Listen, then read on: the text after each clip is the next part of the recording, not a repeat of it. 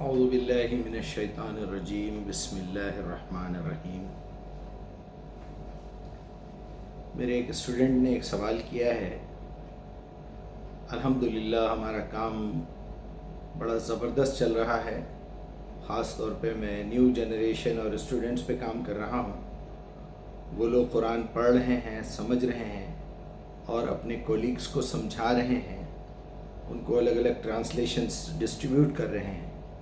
جو اللہ نے ہم پہ ذمہ داری ڈالی ہے اور جس لیول کی ہماری طاقت اور ہماری سمجھ ہے اس لیول پہ بچے کام کر رہے ہیں۔ میں نے کوئی شرط نہیں رکھی کہ آپ کسی کا بھی ترجمہ دے دو۔ آپ کسی ہندو نے لکھا، کسی قادیانی نے لکھا، کسی اہل قرآن نے لکھا، کسی اہل حدیث نے لکھا، کسی بریلوی نے لکھا، احمد رضا نے لکھا، مودودی صاحب نے لکھا، کسی نے بھی لکھا ہوگا، کوئی مسئلہ نہیں، کوئی مسئلہ نہیں ہے۔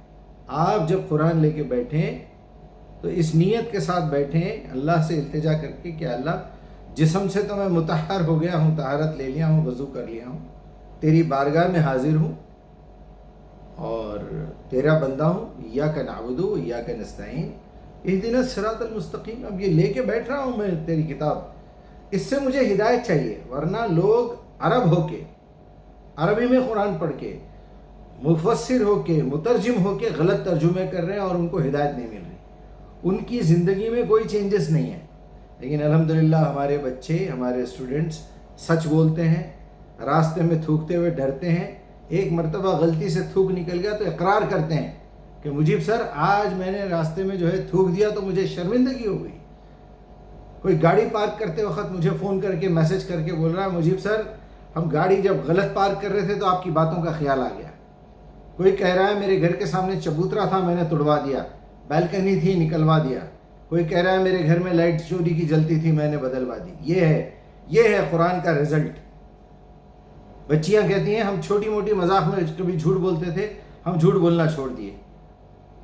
یہ میں آپ لوگوں کو اسی لیے انٹروڈکشن دے رہا ہوں کہ جو میں چاہتا ہوں وہ بات اچھی طرح سمجھ لیجئے کہ اللہ نے ہم سے کیا چاہا ہے، ہمارے نبی نے ہم سے کیا مطالبہ کیا ہے، کہ ہدایت میرے ہاتھ میں ہے، تم بس مخلص ہو کے میرے سامنے آؤ۔ کسی فاسق فاجر سے بھی ہدایت دلا سکتا ہوں میں تمہیں کو، ایک شرابی، ایک جواری، ایک زانی، ایک مشرک بھی تمہیں کو جو ہے اچھی بات سمجھا سکتا، لینا تمہارے ہاتھ میں ہے۔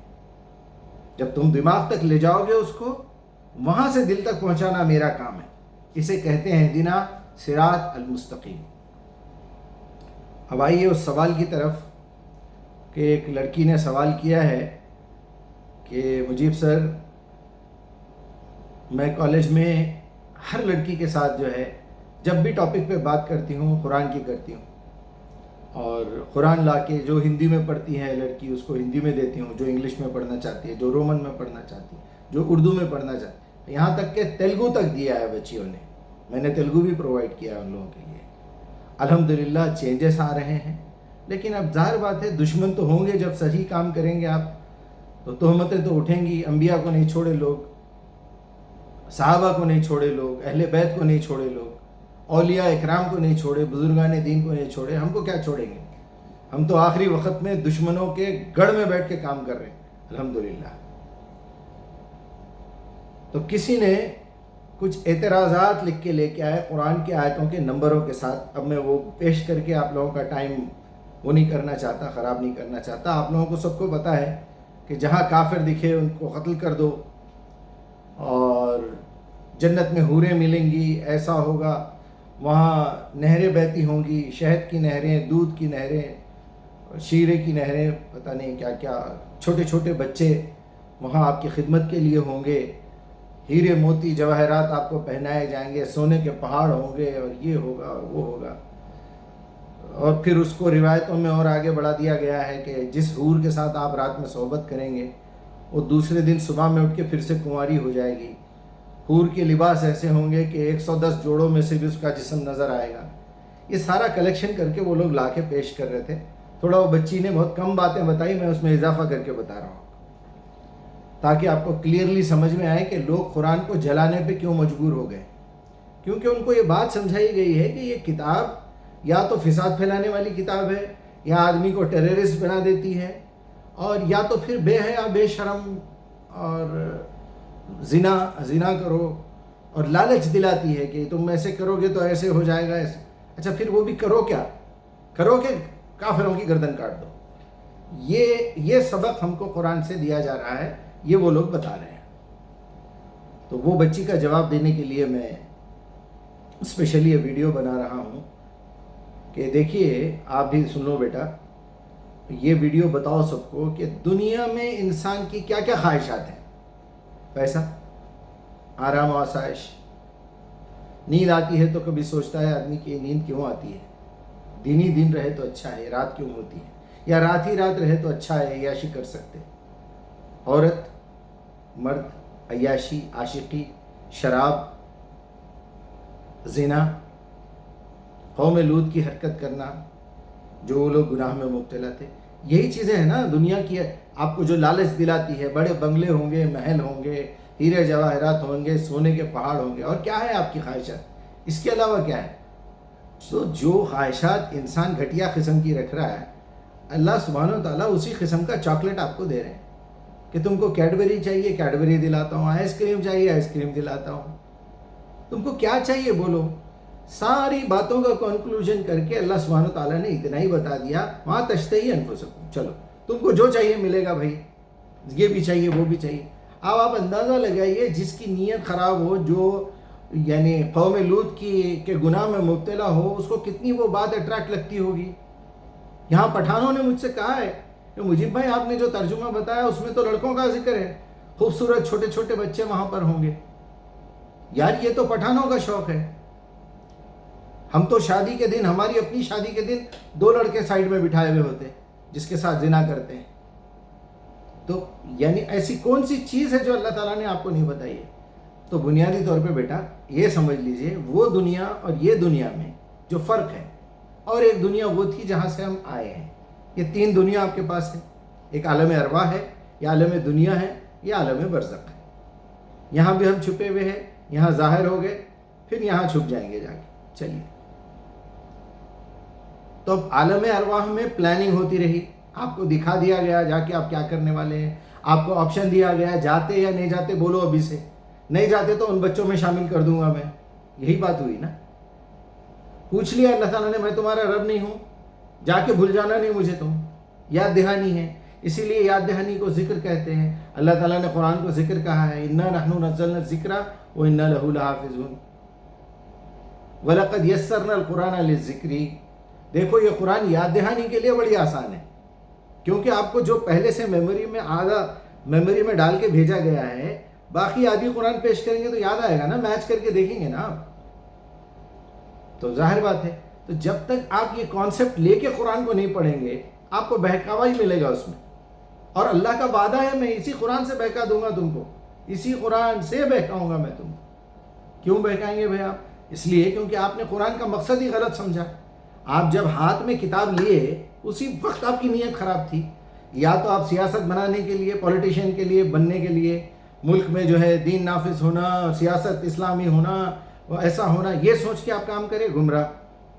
آپ حافظ بننے کی نیت سے کرے، تراویحاں پڑھاؤں گا، پیسے کماؤں گا، امام بنوں گا، مفتی بنوں گا، وہ فلاں کروں گا، گمراہ. میں عالم بنوں گا، لوگ میری تعریف کریں گے، گمراہ. میں مفتی بنوں گا، لوگوں کے فتوے دینے بیٹھوں گا، گمراہ. میں شرک کو مٹا دوں گا، میں توحید پھیلا دوں گا، گمراہ. سب سے بڑے گمراہ. تو آخر قرآن آدمی پڑھے کیوں؟ تو اللہ سبحانہ تعالیٰ نے آسان الفاظ میں بتا دیا ہے کہ یہ یاد دہانی ہے، اور یہ تم کو یاد دلاتی ہے اور ہدایت دیتی ہے. اگر آپ کو ہدایت چاہیے، ڈائریکشن چاہیے کہ جنت میں جانا ہے، تو ڈائریکشن دکھاتی ہے. اور جنت میں جانے کی جو ایبیلٹیز ہیں، جو قابلیتیں ہیں، وہ تزکیہ ہے، پیوریفیکیشن. پوری کی پوری قرآن پیوریفیکیشن سکھاتی ہے، پورے کے پورے انبیاء پیوریفیکیشن سکھاتے ہیں. اور یہ زندگی آپ کو آزمانے کے لیے دی گئی ہے کہ یہ جو بیچ کا پیریڈ ہے دنیا کا، اس میں تم کو آزادی، اختیار، چوائسز، ہاں بولو یا نہ بولو، من شاء یؤمن من شاء یکفر. اب تمہاری دماغ کے استعمال کا امتحان ہے. تو اب یہاں پر ہر چیز میں امتحان لیا جائے گا تم کو، لیکن وہاں کی زندگی امتحان کے لیے نہیں ہے، یا تو انعام کے لیے ہے یا تو سزا کے لیے ہے. اچھا سزائیں بھی اسی طرح ڈرائی جا رہی ہے، آگ میں ڈالا جائے گا، تانبا پتل پلا کے ڈالا جائے گا، زخموں کا دھون پلایا جائے گا، تمہاری کھال ادھیڑ دی جائے گی، پھر سے نئی کھال چڑھائی جائے گی، تاکہ آپ کو احساس ہو بھی میری کھال جلی تو کیا تکلیف ہوتی ہے مجھے۔ تو ان لڑکیوں سے بولیے کہ آپ صرف جنت کی باتیں بتانے کے بجائے آپ جہنم کی بھی باتیں بتائیے۔ تو لوگ تو کہہ ہی گئے ہیں کہ بھئی یا تو آپ کو لالچ میں عمل کروایا جاتا ہے یا ڈرا کے عمل کرایا جاتا ہے۔ میں تو شروع سے بول رہا ہوں، نہ ہم لالچ میں کرتے نہ ڈر میں کرتے، ہم جو کچھ بھی کرتے ہیں اللہ تعالیٰ کو جان کے پہچان کے اس کے احسانات کا شکریہ ادا کر کے ہماری شخصیت پہ غور کر کے ہم کو جو عقل اس نے دی ہے اس کا شکریہ ادا کرتے ہوئے اس سے جب محبت ہوتی ہے، اس کی جب ہم عزت کرتے ہیں، اس کی اطاعت کرتے ہیں، اس کے نبی کی اتباع کرتے ہیں، تب جا کے ہم عبادت کرتے ہیں۔ ایسے اندھے بن کے نہیں کرتے۔ امام صاحب کرتے تھے میں حنفی ہوں، میں شافعی ہوں، میں اہل حدیث ہوں، میں مقلد ہوں، میں غیر مقلد ہوں۔ ایسا نہیں ہے ہمارا معاملہ۔ ہمارا معاملہ پورے شعور کا ہے، پورے شعور کا۔ لم یخروا علیہا سموم و عمیانا۔ اللہ کے بندے تو وہ ہوتے ہیں جس کو جب قرآن سے نصیحت کی جاتی ہے غور و فکر کرتے ہیں، اس کے بعد قبول کرتے ہیں، اندھے بن کے گونگے بن کے نہیں مان لیتے۔ ہاں پہلی مرتبہ اگر مان بھی لیں تو اس کے بعد غور و فکر کرتے ہیں۔ بچپن تھا مان لیے۔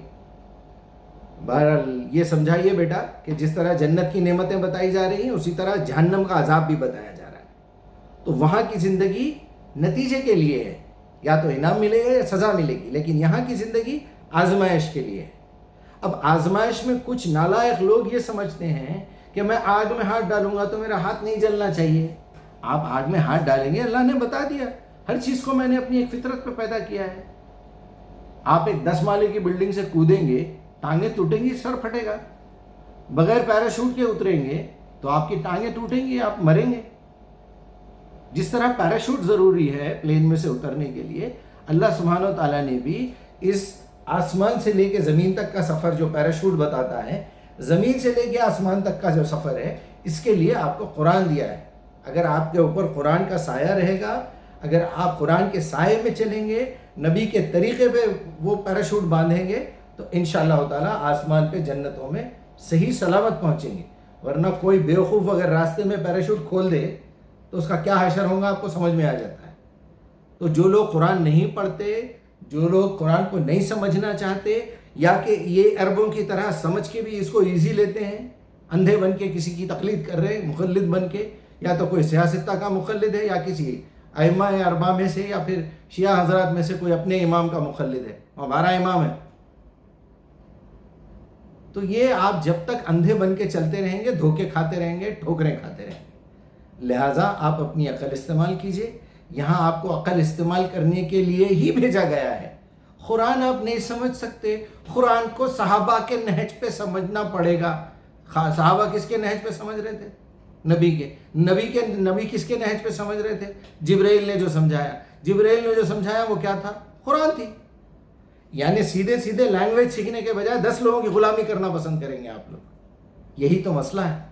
بہرحال ان بچیوں کو سمجھائیے، جو خواہشات ہمارے یہاں دل میں اٹھتے ہیں وہاں اس کا ذکر کر دیا اللہ تعالیٰ نے۔ وہ تصور بھی نہیں کر سکتے بھائی۔ ابھی آپ امریکہ جانے کا سوچ لیجئے، اسٹوڈنٹ کے ویزا پہ، وزٹ ویزا پہ۔ امریکہ میں کیا ہے؟ آپ نے انٹرنیٹ پہ دیکھ لیا، برف گرتی ہے، ٹیمپریچر لو ہے، ایسا ہے۔ وہ گئے تو نہیں نا، جب جائیں گے تو پتہ چل جائے گا۔ اسی کے ساتھ میں اللہ تعالیٰ سے التجا کرتا ہوں ہماری غلطیوں کو معاف کرے، اور کوئی سوال ہے تو پوچھیے۔